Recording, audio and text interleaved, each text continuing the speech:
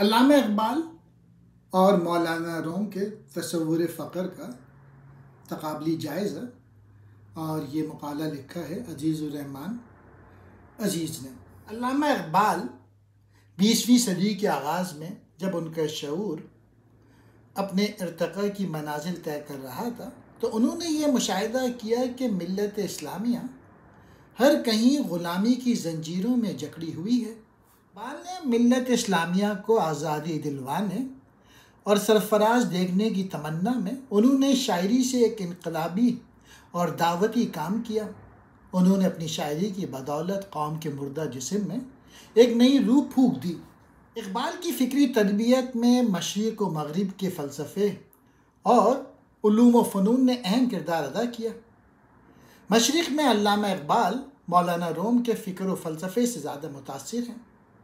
فقر کے معنی بظاہر احتیاج کے ہیں، اور فقیر وہ ہے جس کے پاس اسباب زندگی نہ ہوں، مفلس اور حاجت مند۔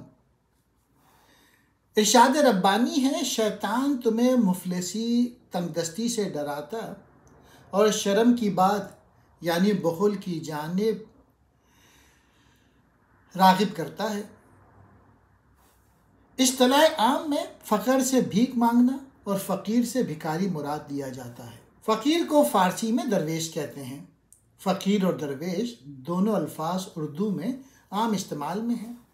بر صغیر پاک و ہند میں مانگنے والوں اور سائل کے لیے لفظ استعمال ہوتا ہے، اور جس کی وجہ سے اس کا اصل مفہوم بدل گیا ہے۔ حالانکہ جس انداز میں یہ لفظ سورہ فاتر میں اللہ نے استعمال کیا ہے کہ انسان تو اللہ سے مانگنے والا ہے، اللہ تعالیٰ کسی بھی چیز کا محتاج نہیں۔ نو انسان بہر صورت فقیر ہے، چاہے کہ وہ اللہ سے مانگے۔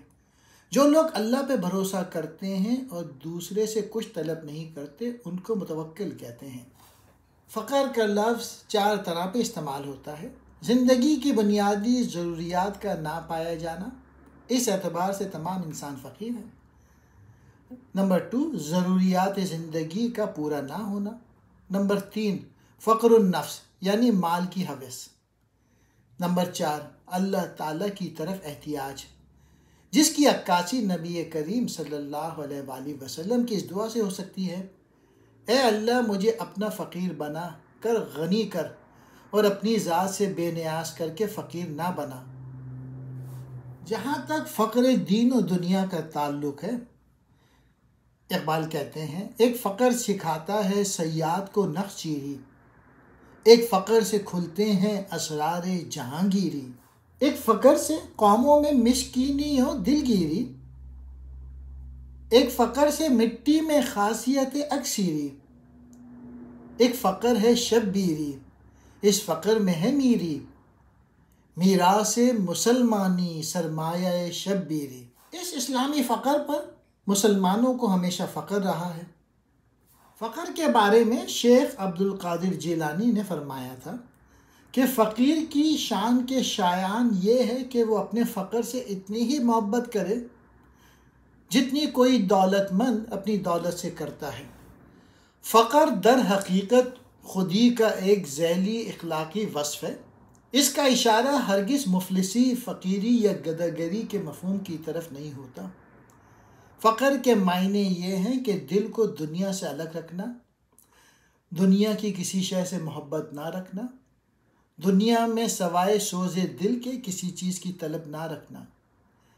انسان خواہ کتنے ہی اعلیٰ مناصب و مراتب پر کیوں نہ پہنچ جائے، لیکن دل درویش جیسا ہونا چاہیے اور اپنے فقر پہ ناز ہونا چاہیے، کیونکہ یہی درویش کی عظمت کی نشانی ہے۔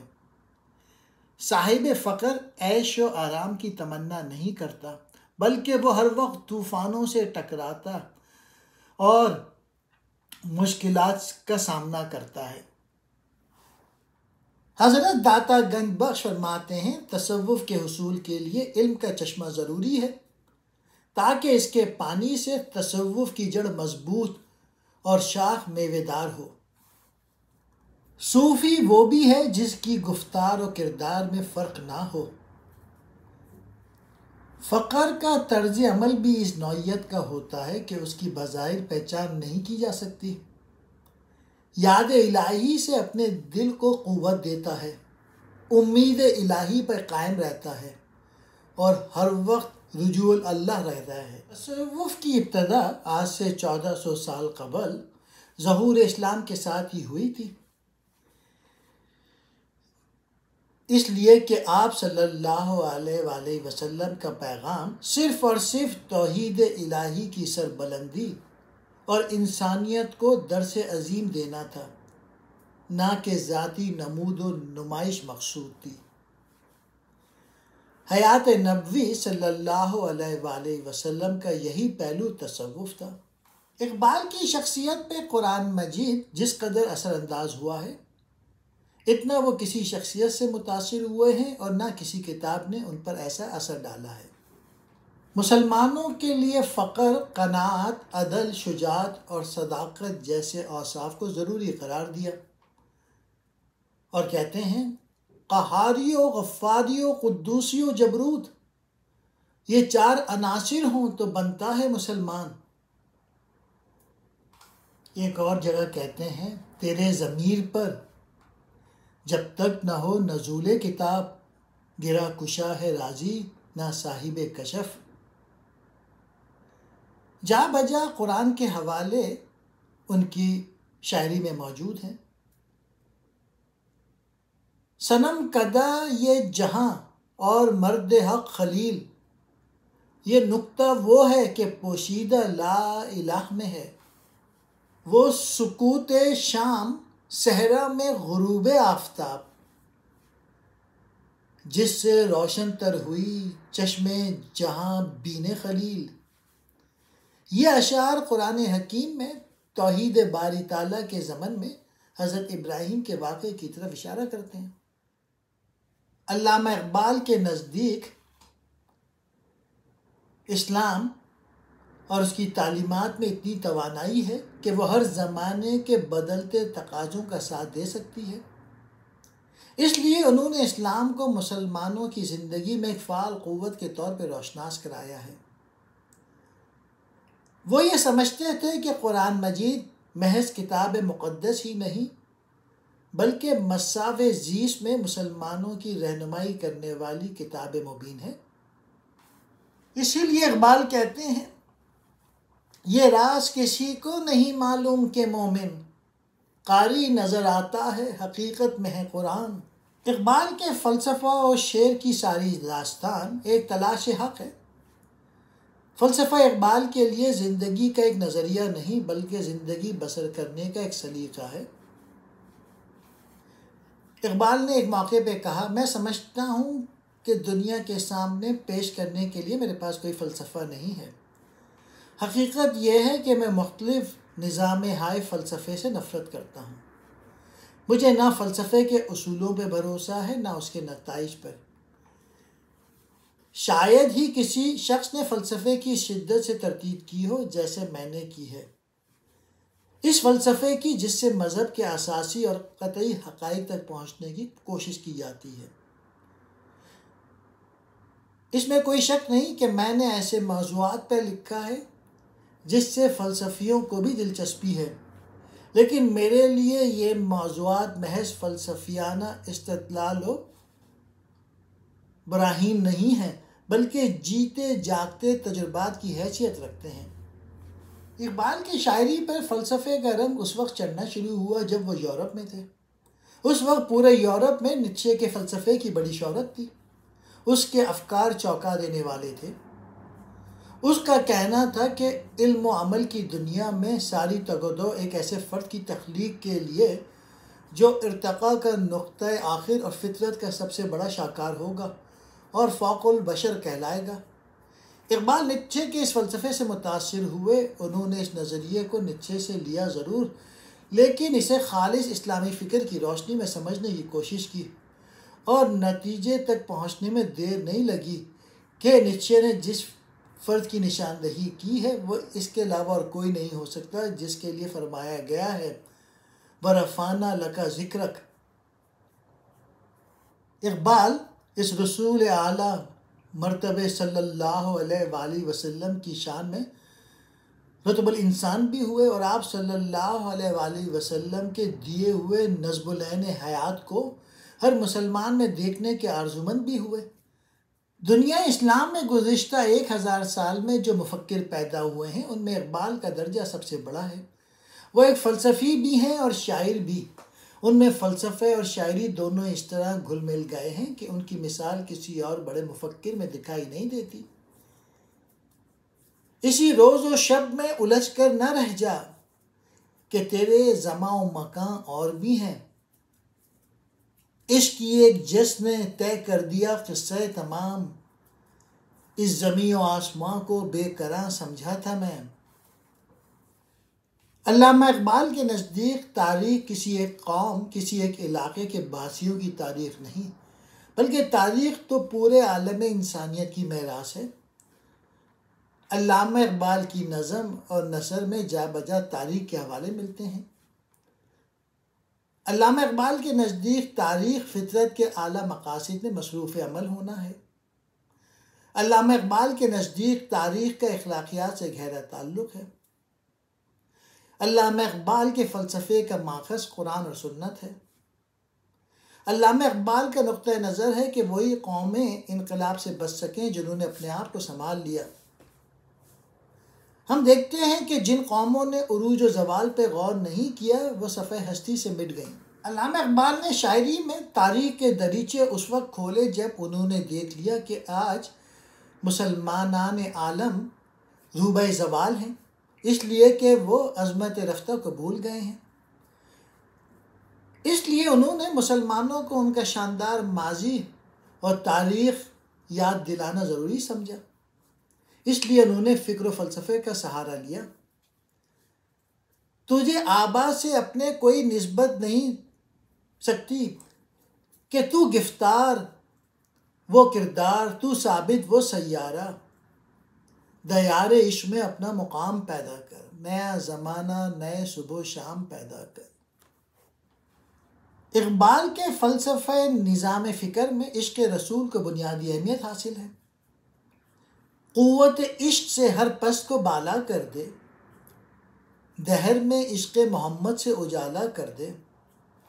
اقبال کے نظام فکر کا مرکز نقطہ خودی ہے، جس کے بے پایاں امکانوں کی اس نے جا بجا پردہ کشائی کی ہے۔ خودی میں صرف تسخیر کائنات کی صلاحیتیں ہی نہیں بلکہ اپنی سب سے بڑی مد مقابل موت پر بھی قابو پانے کی قابلیت اس میں موجود ہے، تاکہ اس کے ارتقاء کی کوئی منزل آخری منزل نہ ہو۔ لحد میں بھی یہی غیب و حضور رہتا ہے، اگر ہو زندہ تو دل ناصبور رہتا ہے۔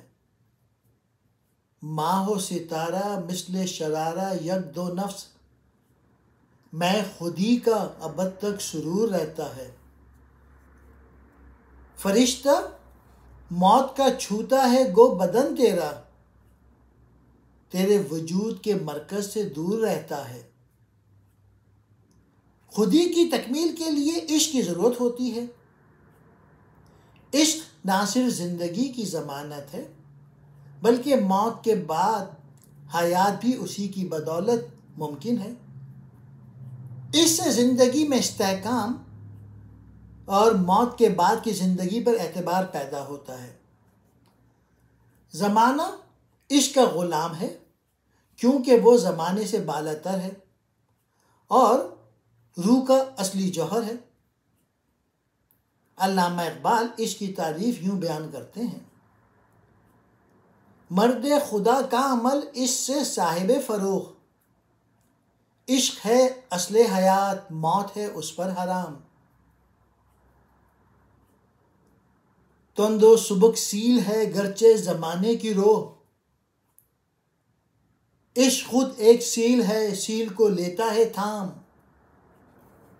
علامہ اقبال عشق کو ابدیت کے نسخہ دیرینہ کی تمہید بتاتے ہیں، یعنی عشق کی مدد سے حیات دوام حاصل کی جا سکتی ہے، یعنی اسے موت کا خطرہ نہیں۔ موت ہر چیز پر غالب آ سکتی ہے لیکن عشق پر اس کا زور نہیں چلتا۔ ہے ابد کے نسخے دیرینہ کی تمہید عشق، عقل انسانی ہے فانی زندہ جاوید عشق، عشق خورشید سے شام اجل شرمندہ ہے، عشق سوز زندگی ہے تا ابد پائندہ ہے، موت کے بعد شخصیت کے تسلسل کو برقرار رکھنے کا ایک ذریعہ عشق ہے، جس کی بدولت کائنات میں خود ہی اپنے مقاصد حاصل کرتی ہے۔ آدمی کا جسم خاک میں مل جاتا ہے، لیکن اس کی روح عشق کے ذریعے اپنے مقصد کی تکمیل کرتی ہے۔ عشق کا جو تصور اقبال کے ذہن میں ہے وہ ایک مستقل اور عظیم الشان حقیقت کا تصور ہے، اور اس کی حقیقت کی جستجو اور اس دیکھنے اور اس تک پہنچنے کی کوشش اس امر کو ظاہر کرتی ہے کہ شاعر کی ہستی اس حقیقت سے بالکل الگ ہے۔ صوفیہ کے نزدیک روح انسان ایک ابدی حقیقت ہے، کیونکہ اس کا تعلق براہ راست ذات خداوندی سے ہے اور اس کا تعلق جز و کل کا تعلق ہے۔ صوفیہ ذات خداوندی کو روح مطلق قرار دیتے ہیں، اس طرح وہ اس کو حسن مطلق بھی تسلیم کرتے ہیں۔ مولانا روم نے کسی قسم کے ابہام سے کام نہیں لیا، بلکہ صاف صاف اور واضح طریقے سے تصوف کے اسرار اور رموز کو بیان کیا ہے۔ مولانا کا عشق بھی حقیقی ہے تو بیان بھی حقیقی ہے۔ روح انسانی کے بارے میں مولانا روم کا یہ نظریہ ہے کہ انسانی جسم میں آنے سے پہلے روح مطلق و ذات خداوندی کا ایک حصہ تھی اور ہر لمحہ وصل سے بہریاب ہوتی، اس کے علاوہ اس کا اور کوئی کام اور مصروفیت نہ تھی۔ اب یہ روح انسانی قالب میں آنے کے بعد اپنی اصل سے جدا ہو گئی ہے اور یہ دنیائے آب و گل اسے راس نہیں آتی، چنانچہ وہ اپنے اصل سے ملنے کے لیے بے چین اور بے تاب رہتی ہے۔ مولانا روم کو ذات باری تعالیٰ سے عشق تھا۔ مولانا کو اس کا اعتراف کرنا پڑا کہ وہ عشق کو پورے شرح و بس کے ساتھ بیان نہیں کر پائے اور اپنے آپ کو شرمندہ عشق قرار دینے لگے۔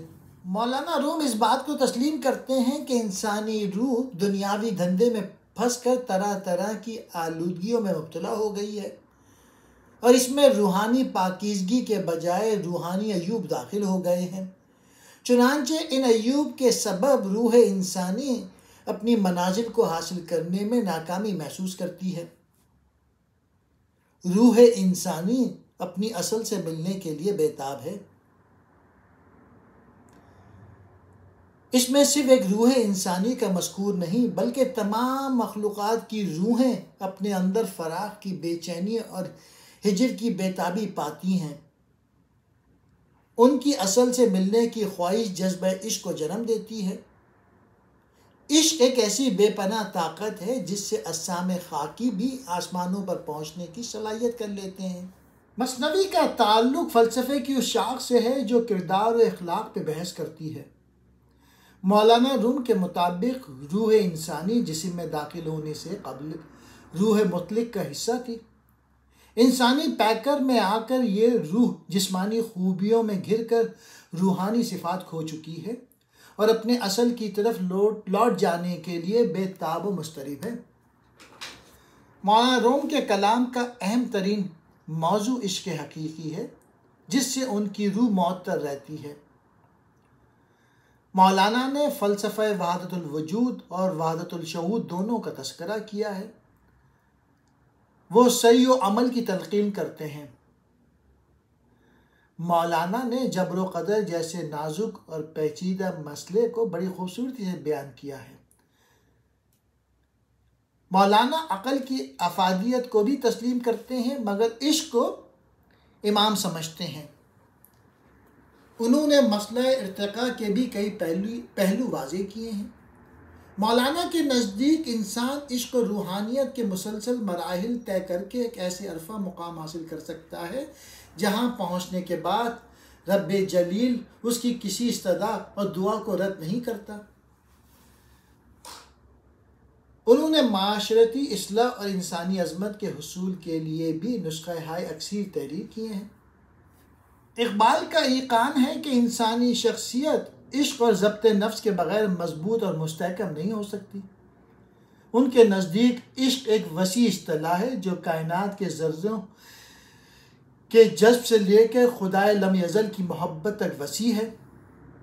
اقبال نے عشق کی اصطلاح رہبانی اور مادی رویوں کی نفی میں بھی استعمال کی ہے۔ عشق کے جذبے مثبت اور وجدانی رویے تشکیل پاتے ہیں۔ مرد خدا کا عمل اس سے صاحب فروغ، عشق ہے اصل حیات، موت ہے اس پر حرام، تند و سبک سیر ہے گرچہ زمانے کی روح، عشق خود ایک سیل ہے سیل کو لیتا ہے تھام، عشق کی تقویم میں عصر رواں کے سوا اور زمانے بھی ہیں جن کا نام کوئی نہیں۔ اقبال کے کلام میں بار بار یہ کہا گیا ہے کہ بڑے بڑے مارکے اور بڑے بڑے کارنامے عشق کی بدولت سر انجام پائے۔ عقل و دل و نگاہ کا مرشد اولین ہے عشق، عشق نہ ہو تو شرع و دین بت کدے تصورات۔ الغرض اقبال کا تصور عشق زندگی اور عمل سے عبارت ہے۔ امنگوں سے خالی زندگی اور جمال فطرت سے بے حسی شخصیت کو افسردہ اور کمزور کر دیتی ہے۔ اقبال کے تصور عشق سے انسانی شخصیت توانائی اور تخلیقی اوصاف، خود بینی، خود نگری اور جہاں بیانی کی اہل ہو جاتی ہے۔ علامہ اقبال نے قرآن حکیم اور حدیث نبوی کا چونکہ بڑی گہری نظر سے مطالعہ کیا تھا، اس لیے انہیں اس بات کا پتہ چل گیا تھا کہ اللہ اور اس کے رسول صلی اللہ علیہ وآلہ وسلم کے بتلائے ہوئے طریقوں پہ چل کر ہی انسان بھلائی کی طرف راغب ہو سکتا ہے۔ یہی وجہ ہے کہ ان کی اردو شاعری میں جا بجا حضور اکرم صلی اللہ علیہ وآلہ وسلم سے والہانہ عشق کے حوالے ملتے ہیں۔ اقبال کی شخصیت کی تعمیر میں تصور خودی اور عرفان ذات کا بہت دخل ہے۔ اپنے رزاق کو نہ پہچانے تو محتاج ملوک، اور پہچانے تو ہیں تیرے گدا دارو جم، دل کی آزادی شہنشاہی شکم سامان موت، فیصلہ تیرا تیرے ہاتھوں میں ہے دل یا شکم۔ اقبال کی سحرگائی کا بھی ان کی شخصیت پر بہت اثر ہے۔ اقبال کے نزدیک سحرگائی بہت ہی قیمتی سرمایہ ہے۔ عطار ہو، رومی ہو، رازی ہو، غزالی ہو، کچھ ہاتھ نہیں آتا بے آہ سحرگائی۔ مولانا روم اور شمس تبریز کے ساتھ علامہ اقبال کی والہانہ عقیدت موجود تھی۔ اسی کشمکش میں گزری میری زندگی کی راتیں، کبھی سوز و ساز رومی، کبھی پیچ و تاب رازی۔ مولانا رومی کے کلام مثنوی کا اہم ترین موضوع عشق حقیقی ہے۔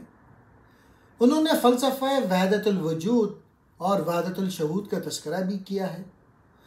وہ صحیح و عمل کی تلقین کرتے ہیں مگر رہبانیت یا گوشہ نشینی کی ترغیب نہیں دیتے۔ وہ عقل کی افادیت کو بھی تسلیم کرتے ہیں مگر عشق کو امام سمجھتے ہیں۔ مولانا روم کے نزدیک انسان عشق و روحانیت کے مسلسل مراحل طے کر کے ایک ایسا عرفہ مقام حاصل کر سکتا ہے جہاں پر رب کریم اس کی کسی دعا کو رد نہیں کرتا۔ مولانا روم کی مثنوی معنوی میں قرآن پاک صاف جھلکتا ہے۔ دنیاوی عقل کے لیے بھی رہنمائی موجود ہے اور تصوف کا گراں قدر خزانہ موجود ہے۔ مولانا روم عشق حقیقی کو آب حیات سے تعبیر کرتے ہیں جو دل کو زندگی اور روح کو نشاط بخشتا ہے۔ مولانا روم نے شعر کو خیالات کے اظہار کا ذریعہ بنایا ہے۔ اقبال نے رومی کی اس حیثیت پر بہت زور دیا ہے۔ ان کے نزدیک مثنوی ایک مرشد اور رہنما ہے جو رقص روح کا گر سکھاتی ہے۔ علامہ اقبال نے بڑے واشگاف الفاظ میں اس امر کا اظہار کیا ہے کہ ان کی فکر کے پس پردہ مولانا روم کے خیالات کار فرما ہیں اور انہوں نے جو کچھ سیکھا ہے وہ قرآن حکیم اور مثنوی مولانا روم کا فیضان ہے۔ پیر روم اپنے عقیدت مند سے فرماتے ہیں کہ اپنے مقام اور منزل پر پہنچنے کا نام زندگی ہے، اور اصل خودی یہ ہے کہ انسان اپنی خودی کو بے حجاب دیکھے۔ ایک مرد مومن صفات سے مطمئن نہیں ہوتا۔ علامہ اقبال مولانا روم کی عقیدت مندی کا تذکرہ کرتے ہوئے کہتے ہیں، صحبت پیر و روم سے مجھ پہ ہوا یہ راز فاش، لاکھ حکیم سر بجیب ایک کلیم سر بکف، نے مہرہ باقی نے مہرہ بازی، جیتا ہے رومی ہارا ہے رازی۔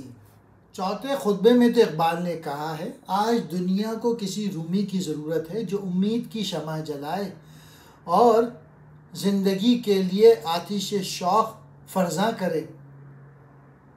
نہ اٹھا پھر کوئی رومی عجم کے لالا زاروں سے، وہی آب و گل ایراں وہی تبریز ہے ساقی۔ علامہ اقبال دیکھ رہے تھے کہ مغربی افکار جس دانش کے پردہ دار ہیں وہ دانش مادی مفادات پر استوار ہے۔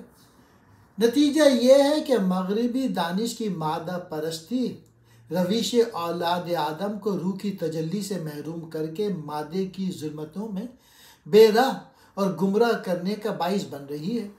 رومی کے ساتھ اقبال کی عقیدت کی وجہ یہ تھی کہ جو سوز و غم اور ولولہ و جوش رومی کے کلام میں تھا وہ دوسرے شعراء کے ہاں مفقود تھا۔ دوسرے رومی کا دور سیاسی لحاظ سے بہت پرآشوب تھا، معاشرہ فکری روحانی اخلاقی اور مادی لحاظ سے کھوکھلا ہو چکا تھا۔ رومی اپنے کلام سے قوم کی مردہ زندگی میں حرارت اور نمو پیدا کرنے کی کوشش کی تھی۔ ٹھیک 700 سال بعد اقبال کو انہی حالات کا سامنا تھا۔ اقبال کے دور میں بھی امت مسلمہ کا زوال کا دور تھا۔ مغرب نے مشرق کو علمی، فکری اور سیاسی محاذ پر شکست دے کر اسے بے دست و پا کر دیا تھا۔ مسلمان عجیب و غریب رسم و رواج کا پابند ہوتا جا رہا تھا، اسی لیے انہیں رومی سے زیادہ فکری رہنمائی کوئی دوسری جگہ نظر نہ آئی۔ اقبال کا فلسفہ خودی رومی کے افکار عالیہ سے ماخوذ ہے۔ دونوں کے فلسفیانہ نظام کا مرکز و معو محنت، کوشش اور عمل ہے۔ یہ چیزیں انسان کے ارتقاء میں مدد ملتی ہے۔ رومی شر کی قوتوں سے مسلسل جنگ کی تلقین کرتے ہیں، کیونکہ اس طرح کی جدوجہد انسان کو مزید آگے بڑھنے کے مواقع فراہم کرتی ہے۔ رومی کا خیال ہے کہ انسان جتنا عظیم ہوگا، شر سے نبرد آزما ہونے کی قوت اس میں اتنی ہی زیادہ ہوگی۔ اقبال بھی جمود و سکون کے خلاف ہیں۔ ان کا سارا کلام ذوق عمل اور جوش کردار سے معمور ہے۔ ان کا خیال ہے کہ خود اپنے تحفظ کے لیے غیر خودی سے ٹکراتی ہے۔ وہ تبھی کامیاب ہوتی ہے جب وہ غیر خود سے ٹکرا کر اپنے راستے کی تمام رکاوٹیں دور کر لے۔ خودی جتنی مضبوط ہوگی، مصارف زندگی میں وہ اتنی ہی کامیاب ہوگی۔ رومی اور اقبال دونوں خودی کے استحکام کے ساتھ انفرادی خودی کے بھی قائل ہیں۔ اقبال نے وحدت الوجود کے فلسفے کو بھی امت مسلمہ کے زوال کا ایک سبب گردانا ہے۔ اس لیے اقبال نے تقویم خودی اور دعائے ذات پر زور دیا ہے۔ رومی نے ایسے ہی خیالات کا اظہار کیا ہے، لوہے اور آگ کی تمثیل سے کیا ہے۔ رومی کا خیال ہے کہ لوہا آگ میں پڑنے کے بعد اس کی تمام صفات اخذ کر لیتا ہے اور بظاہر اس کا وجود ہی مٹ جاتا ہے، لیکن حقیقت یہ ہے کہ وہ پانی منفرد شخصیت کو ہاتھ سے نہیں جانے دیتا۔ اقبال کا خیال ہے کہ انسان اپنے اعمال میں کافی حد تک مختار ہے۔ اقبال کا عقیدہ ہے کہ ایک تقدیر کی ناکامی کی صورت میں انسان حضور حق سے دوسری تقدیر کا تقاضا کر سکتا ہے۔ اقبال اور رومی دونوں کے ہاں عشق کو مرکزی حیثیت ہے۔ دونوں نے عشق کو وسیع تر مفہوم میں استعمال کیا ہے۔ دونوں عشق کو زندگی کی قوت محرکہ قرار دیتے ہیں۔ رومی نے روح کو ایک نئے سے تشبیہ دی ہے جو اپنے اصل کی طرف لوٹنے کے لیے بےتاب ہے۔ گویا عشق کا جذبہ انسان کو آہستہ آہستہ منزل مقصود کی طرف لے جا رہا ہے۔ رومی کے ہاں خودی کا استحکام لازمی ہے، ان کا طریقہ قوت تقصیر میں اضافہ کرتا ہے۔ مولانا روم اور علامہ اقبال کے ہاں زندگی اور خودی کی اصل عشق ہے۔ علم، عقل و حکمت کے ساتھ ساتھ عشق زندگی کی بقا اور ارتقاء کا ضامن ہے۔ عقل عشق کا اعلیٰ کار ہے۔ دونوں کے ہاں عشق کا مفہوم عشق کے عام مفہوم سے منفرد اور الگ معنوں میں ادا ہوا ہے۔ رومی اور اقبال کا عشق خودی میں خدا تعالیٰ کی صفات پیدا کرنے کی کوشش کا نام ہے۔ رومی کو پڑھنے سے اگر قلب میں گرمی شوق پیدا ہو جائے تو اور کیا چاہیے۔ رومی اور اقبال دونوں کے فلسفے میں عشق و مرکزی حیثیت ہے۔ دونوں عشق کو ایک وسیع تر مفہوم استعمال کرتے ہیں، وہ اسے کائنات کی روح رواں سمجھتے ہیں، اسی سے اسرار حیات آشکار ہوتے ہیں، یہی زندگی کی قوت متحرکہ ہے اور اسی کے تار حیات میں مضراب سے تار حیات میں نغمہ ہے۔ رومی ایسے علم کو پسند کرتے ہیں جو باطنی اسرار و حقائق کے ادراک کا باعث بنتا ہے۔ اقبال بھی عقل و خرد کے بارے میں یہی نظریہ رکھتے ہیں۔ عقل عیار ہے سو بھیس بدلتی ہے، عشق بیچارہ نہ ملا ہے نہ زاہد نہ حکیم۔ رومی اور اقبال کی نظر میں موت زندگی جاویداں کی ایک منزل ہے، اس لیے انسان کو اس سے خوفزدہ نہیں ہونا چاہیے۔ اقبال اور رومی دونوں ایسے شاعر ہیں جن کا عہد آشوب اور بد امنی سے بھرا پڑا تھا۔ دونوں نے معاشرے کو سدھارنے کے لیے ایک ضابطۂ حیات اپنی ملت کو پیش کیا۔ یہ دونوں اپنی امت کے روشن مستقبل کے بارے میں پر امید تھے، لیکن انہیں اس بات کا افسوس بھی تھا کہ لوگوں نے ان کے افکار کو پورا ادراک نہیں کیا۔ اقبال نے رومی کو دائرۂ صوفیہ سے باہر نکالا اور لوگوں کو بتایا کہ رومی محض صوفی یا شاعر نہیں بلکہ ایسے مفکر ہیں کہ جن کے کلام میں اسلامی روح موجود ہے، جن کا دل ملت اسلامیہ کی اصلاح کے لیے بیتاب اور مضطرب ہے۔ ان کے کلام میں جوش، تڑپ، سوز و گداز اور جدت افکار ہے۔ تقدیر کے مسئلے پر بھی دونوں عظیم شخصیات متفق ہیں۔ رومی فطرت کے قوانین کو اٹل اور لازوال سمجھتے ہیں۔ ان کی روشنی میں اعمال کو ترتیب دینا ہی تقدیر انسانی ہے۔